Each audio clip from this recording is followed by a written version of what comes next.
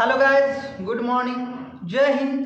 कैसे आप सब लोग? आई होप अच्छे होंगे, मस्त होंगे। यार देख सकते हो आज पूरी रात बिल्कुल सोया नहीं हूँ।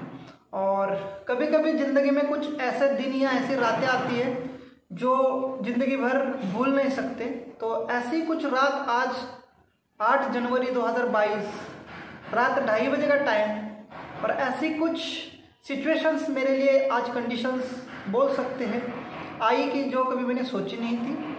और स्पेशली मेरे लाइफ में आज तक का ये सबसे बड़ा दिन हो सकता है या सबसे डरावनी रात कह सकते हैं, जैसे मैंने टाइटल में दिया है। अब बात करते हैं मेन पॉइंट की कि क्या घटना थी, वो क्या कहानी थी। लेकिन उससे पहले एक बार मैं फ्रेश होके फिर एक बार आपको कैमरे के सामने मिलता हूँ, अभी नहा धो के, और फिर मैं पूरी कहानी एक्सप्लेन करूँगा। एक्चुअली मुझे बताना नहीं चाहिए था, लेकिन आप मेरे साथी हो, मेरे साथ सब कुछ देख रहे चल रहे, तो मुझे हमेशा लगता है कि आपको हर एक मेरी चीज़ शेयर करूँ, चाहे वो सुख की हो चाहे वो दुख की हो। तो ऐसी कुछ कहानी आज रात मेरे साथ घड़ी और मैंने अकेले ने उसको हैंडल किया और काफ़ी परेशानी हुई और काफ़ी ज़्यादा मतलब अलग सा वो सब कुछ था और धड़कनें भी तेज़ हो रही थी मेरी। कुछ कहानी ऐसी है तो फटाफट से मैं एक बार नहा के आता हूँ, फिर आपके साथ पूरी डिटेल में शेयर करता हूँ कि क्या हुआ था मेरे साथ आज की रात, यानी 8 जनवरी 2022 रात 2:30 बजे के बाद। चलो मिलते हैं एक बार नहाने के बाद। सो हाय गाइस, गुड मॉर्निंग फिर से सभी को। और मैं अभी नहा के आया हूँ और अब मेरा मूड भी फ्रेश हो चुका है। तो यार जिंदगी है, कभी खुशी कभी गम चलता रहेगा। अगर आज अपनी जिंदगी में दुख है तो कल डेफिनेटली सुख है। तो चलो, जो मेरे साथ हुई थी आप भी थी कल की रात, यानी 8 जनवरी 2022 को रात 2:30 बजे के बाद, वो मैं पूरी घटना यहाँ पर आपको ये साथ शेयर कर रहा हूँ अभी कि क्या थी वो सारी बातें, क्या थी वो सारी घटना जिस वजह से मैं काफ़ी डरा हुआ था, काफ़ी सहमा हुआ था, और वो कैसे सिचुएशन को मैंने हैंडल किया। ठीक है, तो अभी इस कैरेक्टर में मेरे साथ ममता है। अब आप लोग पूछेंगे ममता कौन? तो ममता मेरी वाइफ है और वो अंडमान निकोबार की रहने वाली है। मेरी फर्स्ट बेटी चिकू, तनिष्का जिसका नाम है।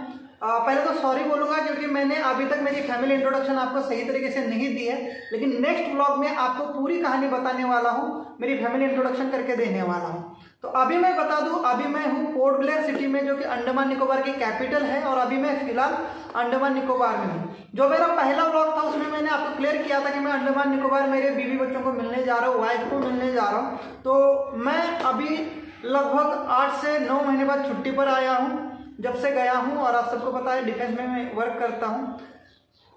चेन्नई से मैं जब आया था तो मैंने व्लॉग की स्टार्ट की थी, तब मैंने उसमें बताया था। तो अब आते हैं मेन पॉइंट में कि कहानी क्या हुई थी। हर रोज की तरह कल रात यानी 7 जनवरी 2022 को हमने खाना पीना खा के रात 9:30-10 बजे टहलते हैं, घूमते फिरते हैं, और फिर जो है मैं थोड़ा सा ऑनलाइन वर्क करके 11 बजे सोता हूँ। हम सो गए थे और फिर जब शुरुआत होती है 12 बजे के बाद, यानी 8 जनवरी 2022 की रात को, यानी आज सुबह मॉर्निंग से 12 बजे के बाद 8 जनवरी स्टार्ट हुई थी। और अभी जो मैं वीडियो बना रहा हूँ सुबह के 9:30 बज रहे हैं, अभी 10 बज रहे हैं। और 2 बजे के आसपास ममता के पेट में बहुत ज़्यादा दर्द होने लग गया। उसने आधा घंटा वो दर्द सह लिया और 2:30 बजे मुझे उठा दिया कि मेरे को बहुत ज़्यादा पेन हो रहा है और कुछ तबीयत ठीक नहीं लग रही है। अब इसके पीछे का रीज़न पहले ही बता दूं, ममता प्रेग्नेंट थी। और आपने हर व्लॉग में इसीलिए ममता को ज़्यादा नहीं देखा क्योंकि वो प्रेग्नेंट थी, इसलिए मैंने चीकू को और उनको ज़्यादा कैरी नहीं किया। और आपको पता है मैंने एक व्लॉग डाला था जिसमें हमने 300 किलोमीटर हेलीकॉप्टर की ट्रैवलिंग की थी। उसका भी रीज़न यही था, ममता प्रेग्नेंट थी और 300 किलोमीटर हम हॉस्पिटल के लिए आ रहे थे पोर्ट ब्लेयर, वो यहाँ पर उसकी डिलीवरी होनी थी। और इस वजह से मैं उसको बस में या किसी अन्य वाहन में बैठा कर नहीं ला सकता था, रिस्क ज़्यादा थी क्योंकि टाइम अभी नज़दीक आने वाला था। और इसीलिए ममता वीडियो में सो रही थी या उसको चक्कर आ रही थी, आपने हेलीकॉप्टर के अंदर देखा था। तो अभी टाइम नज़दीक आया था और हमने अपॉइंटमेंट लेके डॉक्टर से सारी चीज़ें जांच करवाई थी। डिफेंस हॉस्पिटल है हमारा यहाँ पर। तो डॉक्टर ने सब कुछ जांच करने के बाद हमें जो डेट दी थी डिलीवरी की एस्टिमेटेड, वो थी 22 जनवरी। तो हम रिलैक्स हो गए थे, बिल्कुल बेफिक्र हुए थे। और ममता ने इसलिए मुझे क्या कहा था, जहाँ हम रह रहे पोर्ट ब्लेयर में, अभी पोर्ट ब्लेयर का हम घर है उनका एक, तो वहाँ पर अभी हम 3 ही लोग हैं, मैं, ममता और ममता की एक सिस्टर, ठीक है, और चिकू। ठीक है। तो रात को जब दर्द उठा तो हम 3 ही लोग थे और दीदी जो थी वो तो सोई थी, उनको हमने जगाया नहीं, क्योंकि ममता क्या बोली, अभी तो डेट हमें 22 जनवरी मिली है, ये नॉर्मल पेन हो सकता है, कोई मतलब उसकी टेंशन लेने की बात नहीं। तो मैंने भी सोचा हाँ यार 22 जनवरी दी है, अब तो बहुत ज़्यादा दूर है, तो ये नॉर्मल पेन भी हो सकता है और कैसे वैसे रात निकल जाए और फिर हम सुबह देख लेंगे। हमेशा हम क्या सोचते हैं जब भी कोई घटना हमारे ऊपर आती है कि यार कैसे वैसे रात कट जाए, और रात का समय ऐसा होता है कोई हेल्प करने के लिए ना कोई लोग होते ना कोई वाहन मिलता। तो ऐसी कुछ सिचुएशन हुई, 2:30 बजे ममता ने मुझे जगाया, काफ़ी मतलब अजीब सा रिएक्शन था उसका, लेकिन चलो मैं बोला मैं डॉक्टर को बुलाऊँ क्या, या मैं कांटेक्ट करूँ क्या, एम्बुलेंस बुलाऊँ क्या, या मैं गाड़ी देखूँ क्या। तो ममता बोली नहीं ये नॉर्मल पेन है, ये ठीक हो जाएगा। तो मैंने कहा ठीक है, मैं उसके साथ जगता रहा, रात भर बैठा रहा। 3 बजते हैं, 3 साढ़े 3 बजते हैं, 3:30 बजे का टाइम। ममता का पेन ज़्यादा बढ़ता है, पीठ में पेन होता है, पेट आगे भी और पीठ में भी पेन होना शुरू हो जाता है। और तब ममता एक बार वॉशरूम गई, वॉशरूम जाने के बाद उसको कुछ समझ में आया कि कुछ कंडीशंस खराब हैं, तो वो आने के बाद उस बाथरूम से आने के बाद उसका दर्द भी ज़्यादा बढ़ गया। तो 3:30 बजे के बाद जो दर्द था वो बहुत ज़्यादा था, उसमें वो चीख भी रही थी, रो भी रही थी। और उस टाइम जो मेरी सिचुएशन थी वो बहुत ज़्यादा घबराई हुई थी, मेरी धड़कनें तेज हो गई थी, क्योंकि मैं अकेला हॉस्पिटल जहाँ पर मैं हूँ यहाँ से भी आधे घंटे की दूरी पर, और ये सारी सिचुएशन मेरे साथ। अब फर्स्ट डिलीवरी में क्या हुआ था, जब चिकू की टाइम था तब मैं ड्यूटी में था, और वो ऑलरेडी जब एस्टिमेटेड डेट थी, जैसे कि चिकू की 13 तारीख थी, तो मैंने 10 तारीख को ही उसको एडमिट कर दिया था। तो 2 दिन मैंने ऑलरेडी पहले ही एडमिट कर दिया था, तो कोई टेंशन नहीं रही, डॉक्टर ने हैंडल किया। सुबह जाके मैंने देखा था जो भी हुआ था। और इसमें क्या हुआ कि हमारी 22 जनवरी डेट थी, तो हमें अभी लगा कि नहीं यार ऐसा कुछ नहीं है, ये तो नॉर्मल पेन होगा और रात कैसे भी कट जाए हम तो सुबह देख ही लेंगे। अब उसका पेन मुझे लगता है वो तो 2 बजे से बोल रही, लेकिन 1-1:30 बजे से ही स्टार्ट हुआ था, लेकिन उसने भी नॉर्मल पेन करके मुझे 2:30 बजे तक जगाया नहीं, 2:30 बजे मुझे जगाया कि नॉर्मल पेन हो रहा है। मैंने फिर सब कुछ सिचुएशन को देखा, मैंने भी कहा चल सुबह तक कैसे भी कर लो, फिर हम करेंगे। लेकिन जब इनका दर्द बढ़ा 3:30 बजे के बाद, तब ममता को भी लगा कुछ गड़बड़ है, तब जाके अब मैं गाड़ी ढूंढूंगा कहाँ, बाहर जा रहा हूँ तो कहीं ऑटो नहीं है, रात का टाइम है, पूरी अंधेरी रात है, कोई मतलब यहाँ पर अभी मैं दिखाऊंगा आपको बाहर का, कोई यहाँ पर हेल्प करने वाला नहीं है। और मैं 108 एम्बुलेंस का नंबर है उसको कॉल कर रहा हूँ, उसमें लग ही नहीं रहा है। तो यानी मेरे पास अभी व्हीकल नहीं है, यहाँ पर मेरे पास कोई ऐसी गाड़ी नहीं है, ऑटो से या बाइक से ही जो चलता हूँ मैं, जो भी टूर वगैरह कर रहा हूँ, जो किराए की बाइक मिलती है, अभी फिलहाल मेरे पास कुछ भी नहीं है। और 3:30 बजे ममता की ऐसी कंडीशन हो जाती है कि वो अपना शरीर छोड़ देती है बिल्कुल ही, और नीचे लेट जाती है, लेट टूट के ऐसे की बिल्कुल बेहोश की कंडीशन आ जाती है। हालांकि बेहोश नहीं हुई, लेकिन बेहोश की कंडीशन 3:30 बजे। और तब जाके मैं भाग भाग के हेल्प मांग रहा हूँ, इधर उधर कहीं पर भी गाड़ी नहीं मिल रही है। तो मैं मेन रोड पर गया, वहां पर कोई व्हीकल दिख रहा है क्या 3:30 बजे, तो कोई व्हीकल नहीं दिख रहा था। फिर एक जगह पे बिल्डिंग के पीछे बहुत सारी पार्किंग्स में गाड़ियां लगी थी, तो वहां पर मैंने जाके देखा, ये ऑलरेडी अंडमान निकोबार एक टूरिस्ट प्लेस है, तो यहाँ पर ज्यादातर लोग अपना कैब वगैरह रखते हैं और धंधा करते हैं, जो भी टूरिस्ट आते हैं घुमाते हैं। तो येलो नंबर प्लेट की एक इरिटिगा लगी थी, उस पर एक नंबर लिखा था, उस पर मैंने कॉल किया, उनके मालिक ने उठाया, तो मैंने कहा सर मुझे अभी कैब चाहिए, और वो टाइम था 4 बजे का। तो 4 बजे मैंने कॉल किया, तो बोला हमें गाड़ी चाहिए, तो वो बोले नहीं अभी नहीं मिलेगी, अभी ये कौन सा टाइम है। तो मैंने कहा सर रिक्वेस्ट है, मैं अभी अकेला हूँ और मेरे वाइफ घर में पड़ी हुई है, उसकी बहुत बुरी एयर कंडीशन है, डिलीवरी टाइम उसका है अभी, और मुझे हॉस्पिटल जाना है, मुझे कोई गाड़ी नहीं मिल रही है। बोले ठीक है, वो बोले ठीक है ऐसी बात है तो मैं मेरे ड्राइवर को कॉल करता हूँ। मैंने फ़ोन रख दिया, ड्राइवर को उन्होंने कॉल कर दिया। अब उनका रिप्लाई आने तक मैं और गाड़ियां ढूंढ रहा हूँ, इधर उधर भाग रहा हूँ, लेकिन ऐसी सिचुएशन कि टाइम मेरे पास कम, मुझे पता नहीं ममता की कंडीशंस क्या है, क्योंकि ऑलरेडी हमें डॉक्टर ने बताया था कि आपका बच्चा थोड़ा सा बड़ा साइज है उसका नॉर्मल बच्चे से, तो वैसे भी हमें ज़्यादा डर था। और अभी रात का टाइम है, अभी करूँगा क्या, ममता का होगा क्या, ये सारा सोच के जब अपने इंसान को कुछ हो जाता है ना, तो जो डर होता है वो अलग सा होता है, वो जो टाइम होता है वो बहुत अलग सा होता है। और ऐसा ही कुछ टाइम मेरे ऊपर बीत रहा था और मुझे समझ में नहीं आ रहा था कि मैं करूँ क्या और कहाँ भागूँ, डॉक्टर को कैसे बुलाऊँ, या मैं डॉक्टर के पास उसको लेके कैसे पहुँचूँ। तब तक उनका रिटर्न कॉल आया, ठीक है भैया मेरा ड्राइवर रेडी है और आप वो कर लो। तो मैं कहा ठीक है, तो ड्राइवर रेडी होने तक 4:30 बजे का टाइम हो गया उसको तैयार होने तक, क्योंकि वो भी भाई दिन भर ड्यूटी करके आया होगा, रात को सो के वो रेडी होके फिर आधे घंटे बाद उसने 4:30 बजे वो गाड़ी के पास आया, मैं गाड़ी के पास ही रुका तब तक। और फिर जब मैं बोला कि मेरा जहाँ पर रूम है, जो मेरा फ्लैट है यहाँ का, वो ऑलरेडी ऐसी जगह पर है जहाँ पर गाड़ी नहीं आती है। एकदम छोटी सी ऑटो या तो स्कूटी वगैरह आती है और एकदम सी ढलान है, गाड़ी मेरी 50 मीटर ऊपर ही खड़ी रहेगी, 50-60 मीटर। तो यहाँ से, और एक तो मैं सेकंड फ्लोर पे हूँ, मुझे उतर के भी नीचे जाना पड़ेगा जहाँ पर सीढ़ियों पे अंधेरा है, और गेट भी ऐसा है कि थोड़ा सा वहाँ पर स्लोप ज़्यादा है, फिर चढ़ाई भी ऐसी है, और फिर जाके वो गाड़ी लगी थी। मैं घर में आया तो ममता बिल्कुल फ्लैट हो चुकी थी, इवन आग भी बंद कर रही थी और चिल्ला जोर से रही थी, बहुत ज़्यादा जोर से। उसको पेन हो रहा था, लेबर पेन बोल सकते हैं, और उसको मतलब एकदम आंखें लाल हो चुकी थी, पसीने पसीने हो चुकी थी। और वो देख के जो सिचुएशन थी ना, मेरी जो धड़कनें थी ना भाई साहब, कि बहुत ज़्यादा डरावनी हो गई थी। मुझे लगा था यार मैं अभी क्या करूं, मेरे साथ क्या होगा, मेरे बीवी का क्या होगा, मेरे बच्चे का क्या होगा, कुछ नहीं समझ में आ रहा था। वो जो सिचुएशन होती है आपके साथ भी कभी आई होगी कि यार कैसे भी करके ये टाइम मेरा निकल जाए, भगवान में आपको हाथ जोड़ता हूँ। तो सबके लाइफ में ये सिचुएशन आती है। तो ये सिचुएशन मेरे लाइफ में हुई, लेकिन ये मेरे पास साथ पहली बार हुई, ऐसा कभी पहली बार नहीं हुआ था। इवन आप सबने देखा कि मैंने इतना सारा एंजॉय किया, आपको एक्सप्लोर किया सभी व्लॉग में, और उसका भी यही रीजन था कि ममता की डिलीवरी आगे थी। ममता बोली आपके पास बहुत ज़्यादा टाइम है, आप घूमो फिरो, तब तक अच्छी जगह है, आप सारी जगह विजिट करो। और यही लेके मैं विजिट करवा रहा था आपको, ना कि मुझे। मैं चाह रहा था कि आप लोगों के एंटरटेनमेंट हो जाए, आप लोग थोड़ा घूमे, इसलिए सब कुछ पैसा खर्च कर रहा था। और यह जो मेन काम था ममता की डिलीवरी थी, जो अभी मैं पोर्ट ब्लेयर में करा रहा, और वो यहाँ की रहने वाली है। आप बोलोगे कि आप तो महाराष्ट्र के, वो यहाँ की, वो कहानी क्या है, तो उसका भी एक व्लॉग लेके आऊँगा, उसमें भी डिटेल में कहानी बताऊँगा कि हमारी लाइफ का ट्विस्ट क्या है, वो भी मैं आप लोगों के साथ शेयर करूंगा आगे। लेकिन ये कहानी मेरी पूरी कंप्लीट कर देता हूँ, यहाँ से असली कहानी शुरू होती है। और जब गाड़ी आई तो मैं फटाफट दौड़ के आया ममता को लेने। तो ममता की कंडीशन देख के मैं आधा खुद ही टूट गया, क्योंकि उसकी सिस्टर भी रो रही थी उसके साथ बैठ के। मतलब वो बैठी थी, वो लेट रही थी, पाँव घिस रही थी, समझ में नहीं आ रहा था क्या करो। लास्ट टाइम, एकदम लास्ट सिचुएशन थी वो हमारे लिए। फिर ममता को मैंने उठाने की कोशिश की, ममता उठ नहीं रही है, गिर रही है बार बार। और ममता बोली नहीं मैं उठ नहीं पाऊंगी, चल नहीं पाऊंगी, गाड़ी तो 50 मीटर है, नीचे नहीं आ सकती।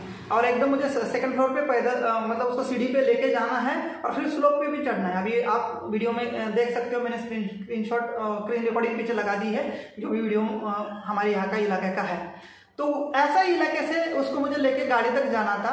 अब वो चल नहीं रही है, और मैं उठा नहीं पा रहा हूँ। क्यों नहीं उठा पा रहा हूँ? क्योंकि आप सबको पता है डिलीवरी टाइम पे हर लेडीज का वेट बहुत ज़्यादा हो जाता है, क्योंकि उनका बच्चा और वो सब कुछ, वेट बहुत ज़्यादा होता है। तो ऐसा, और मैं भी थका हुआ था, मैं भी उसको सीढ़ी से, अंधेरा एकदम सीढ़ी से उतार नहीं पा रहा था, रात का टाइम है और स्लो।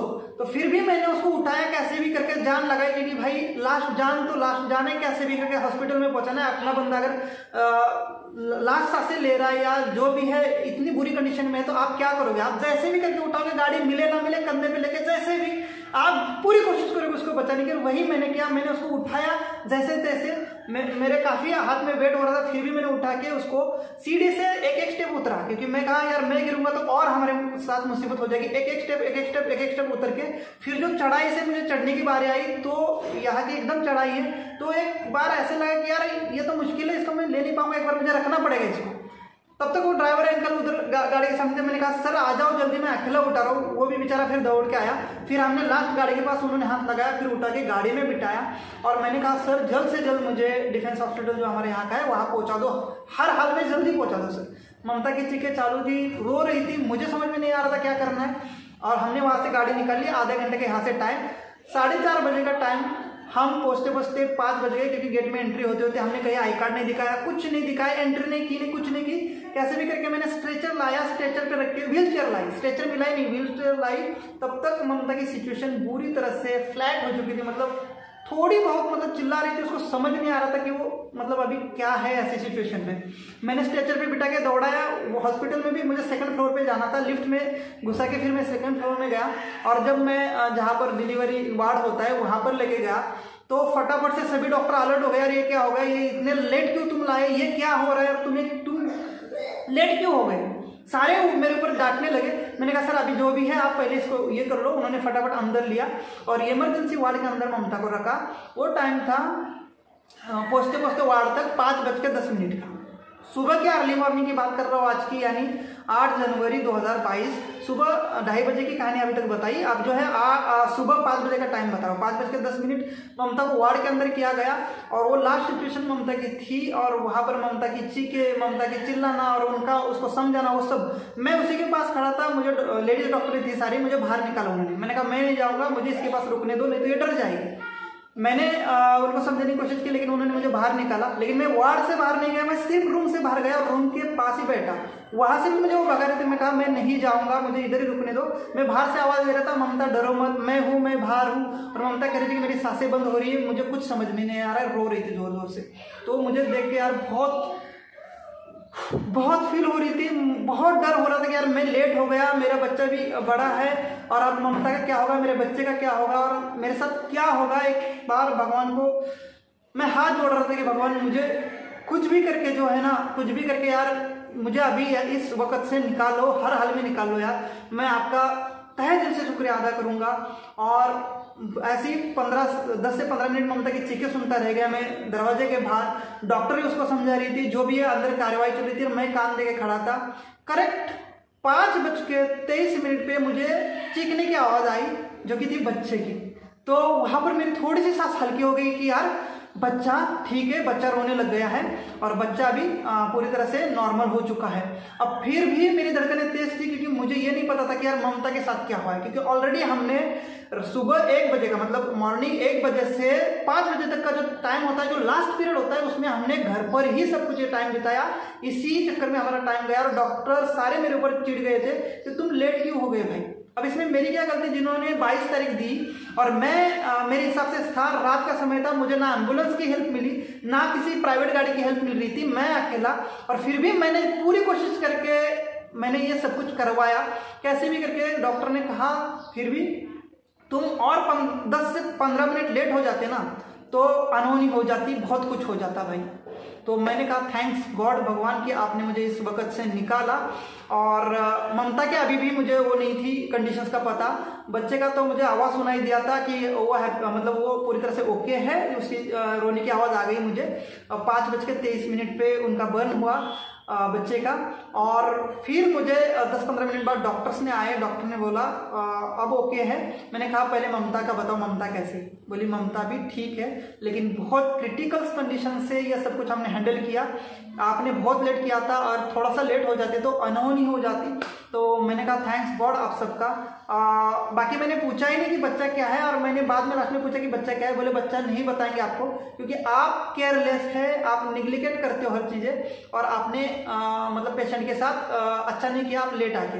तो मैंने कहा सॉरी सर मेरी गलती हो सकती है, मैं खुद माफ़ी मांगता हूँ। तो बोले आपके लिए अभी ये सस्पेंस है, बाद में बताएंगे, अभी आप जाओ, ठीक है। तो वो डिफेंस का हॉस्पिटल है, खाना पीना रहना वो सब कुछ करते हैं अंदर वार्ड के अंदर। तो अभी मैं आके ही व्लॉग बना रहा हूँ। फिर मैं आया घर पर, आपने मेरी नहाने से पहले अवस्था देखी, अब मैं नहा धो के आपके सामने ये बातें शेयर कर रहा हूँ। और अब जो है मुझे फिर से हॉस्पिटल जाना है। अब जाके मुझे खुशी मिली है कि मेरा बच्चा भी सही है और ममता भी सही है, यानी मेरी वाइफ भी सही है। तो मैं अब जाके थोड़ा सा स्टेबल हो चुका हूँ। लेकिन जो रात का समय कटा वो लगता था कि यार ऐसा समय मेरा कभी ना आए, और ये समय कटा, सब कुछ सारा सही रहा, सब कुछ सेफ है। वो सुन के या वो आपको बता के बहुत बड़ी खुशी हो रही है। और अब खुशी होगी जाने के बाद कि यार क्या हुआ है, लेकिन आपको बता दो जो भी हुआ है उससे बड़ी खुशी है कि मेरा बच्चा और मेरी वाइफ सेफ है, बेस्ट है और स्वस्थ है। ये मुझे जानकर खुशी हो रही है। चाहे बच्चा जो भी है भगवान की देन है, भगवान जो चाहेगा वो देगा, वो तो नसीब का खेल होता है। लेकिन फिर भी हम आपको नेक्स्ट व्लॉग में जैसे मैं जाके मिल के आऊँगा और हॉस्पिटल से जब ममता रिकवर होके आएगी तो हम नया व्लॉग बनाएंगे और तब मैं आपको बताऊंगा कि हमें क्या हुआ है। जो भी हुआ है आप उसके लिए ब्लेस करिए, आप उसके लिए आशीर्वाद दीजिए। ममता के लिए आप हैशटैग लिखिए कि जो भी है आपकी, जो भी है आपने जो टाइम बिताया उसका बहुत, इससे एक पता चलता है कि माँ का दर्द क्या होता है। माँ का दर्द मैंने पहली बार देखा, हम बच्चे होते हैं ना यार, अपनी माँ को भी ऐसा ही दर्द हुआ होगा दोस्तों, बहुत दर्द झेलेंगे। एक तो 9 महीने का दर्द, फिर जब लास्ट का दर्द है ना भाई, वो मौत का खेल होता है हर लेडीज के लिए। और अपनी माँ के टाइम पे तो हॉस्पिटल भी नहीं थे यार, उनकी जान, कहीं माँ उस टाइम जान गंवाती थी, कहीं बच्चे उस टाइम जान गंवाते थे। हम बहुत लकीली है कि हम इस दुनिया में आए, उस माँ ने हमें जन्म दिया। तो उन सभी माँ को एक बार फिर से मैं सैल्यूट करता हूँ, क्योंकि मैंने माँ का दर्द देखा पहली बार। जब हम पैदा हुए थे तो हमें माँ का दर्द कुछ भी नहीं पता था, उसको ही पता था। लेकिन इस बार मैंने अपने वाइफ के रूप में अपनी माँ को भी देख लिया कि माँ ने क्या झेला होगा। तो यार थैंक्स गॉड सभी माँ के लिए, जितने भी लेडीज़ हैं। और एक बार यहाँ पर सीख यही मिलती है, अपने घर में कभी भी क्रिटिकल कंडीशन हो, पेशेंट हो, तो हमें निगलेक्ट नहीं करना है। उस टाइम पे हमें गाड़ी का अरेंजमेंट पहले से करना है, या हमें टाइम नहीं लगाना। जो हमने टाइम लगाया कि नॉर्मल है, नॉर्मल है, नॉर्मल है, भले नॉर्मल हो, लेकिन आप अच्छा हॉस्पिटल और तुरंत जाइए। ऐसा मैंने कई केसेस देखे हैं कि नॉर्मल है, कोई नहीं, हम छोटे हॉस्पिटल में दिखाएंगे, बाद में देख लेंगे, और वहीं पर लोगों ने जान गंवाई है। तो मेरा इस ब्लॉग में यही सजेशन आप लोगों को, आपके जो भी नियर डियर होते हैं उनके ऊपर कभी ऐसी सिचुएशन आती है तो आप पहले से अलर्ट रहे। अगर पहले से अलर्ट भी नहीं है तो सिचुएशन के स्टार्टिंग में ही आप लास्ट के एक्शन लें, समझ सकते हैं। तो छोटी सी चीज होती है तो उसको आप बड़ा सोच के भागे, उसके लिए भागे, उसके लिए अच्छा हॉस्पिटल, अच्छा डॉक्टर अवेलेबल कराए, एम्बुलेंस अवेलेबल कराए, ब्लड अवेलेबल कराए, जो भी सारी चीजें पहले अवेलेबल कराए। ये मेरा फर्स्ट एक्सपीरियंस आप लोगों को बता रहा हूं। नहीं तो अपना कोई अपने सामने तड़पता हुआ है देखे ना यार, वो जो सिचुएशन होती है, आप शायद मेरी बात नहीं समझ रहे होंगे, या मेरी धड़कन रात को जो थी अभी आपको फील नहीं हो रही होगी, लेकिन मुझे पता है मैंने रात को क्या फील किया, कैसे मेरी रात कटी और कैसे मैंने इस सिचुएशन को हैंडल किया। तो आप लोगों के लिए यही मैसेज जाता है कि आप लोग अपने नियर डियर की केयर करें, खुद की केयर करें, और कुछ होने से पहले अलर्ट हो जाए। और कुछ हो भी जाता है तो एक बड़े लेवल का उसको टारगेट समझ लीजिए कि इसको फटाफट से हमें एक बड़ा ट्रीटमेंट देना है, सारी चीजें अवेलेबल करनी है, और वो फटाफट करनी है, चाहे हल्की सी खरोच भी क्यों ना है, क्योंकि अपना अपना होता है, पैसा तो बाद में आता है, अपने चले जाएंगे तो दोबारा कभी नहीं आएंगे। और यही आपके साथ मेरा प्यार है, और इसीलिए मैं ये सारी चीजें शेयर करता हूँ इस यूट्यूब चैनल के माध्यम से। इस यूट्यूब चैनल के माध्यम से आपके साथ कनेक्शन बना रहा हूँ, मेरी फैमिली की सारी कंडीशंस या मेरी कंडीशन सारी बता रहा हूँ, और आपको ऐसी जगह एक्सप्लोर कर रहा हूँ जहां पर मैं अभी हूँ, जहां पर आप नहीं आ सकते, लेकिन मैं आपका भाई यहाँ पर है। तो मैं सोच रहा हूँ कि आप लोग जब भी आए उससे पहले ही ये सारी चीज आपको पता चलेगी, कहाँ जाना है, कैसे यहाँ का सीन है, वो सारी। और जो नहीं आए उनके लिए तो ऑलरेडी ऑलवेज देखने के लिए सारी चीजें है ही। तो ऐसी कुछ मेरी 8 जनवरी 2022 की रात कटी, जो कि मेरे लाइफ में एक डार्क नाइट थी, जो कि काली रात थी। आप भी बीती थी मेरी जो उस रात की, जो मैंने हैंडल की है दोस्तों।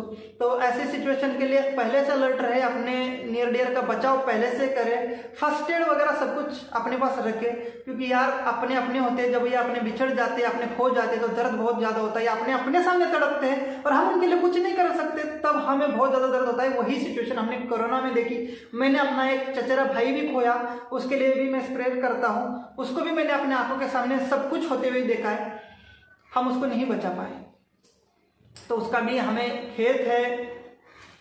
मैं प्रार्थना करता हूँ कि उनकी भी आत्मा को शांति मिले। आप भी प्रार्थना करिए। उनको हम नहीं बचा पाए, सब कुछ होने के बाद हम उसके सामने थे, लेकिन वो तड़प रहे थे, क्योंकि कोरोना की ऐसी सिचुएशन थी। और वही इवेंट अभी हो रहा है। अभी अपने घर वालों को, अपने नियर डियरों को, अपने चाहने वालों को आप बचाइए।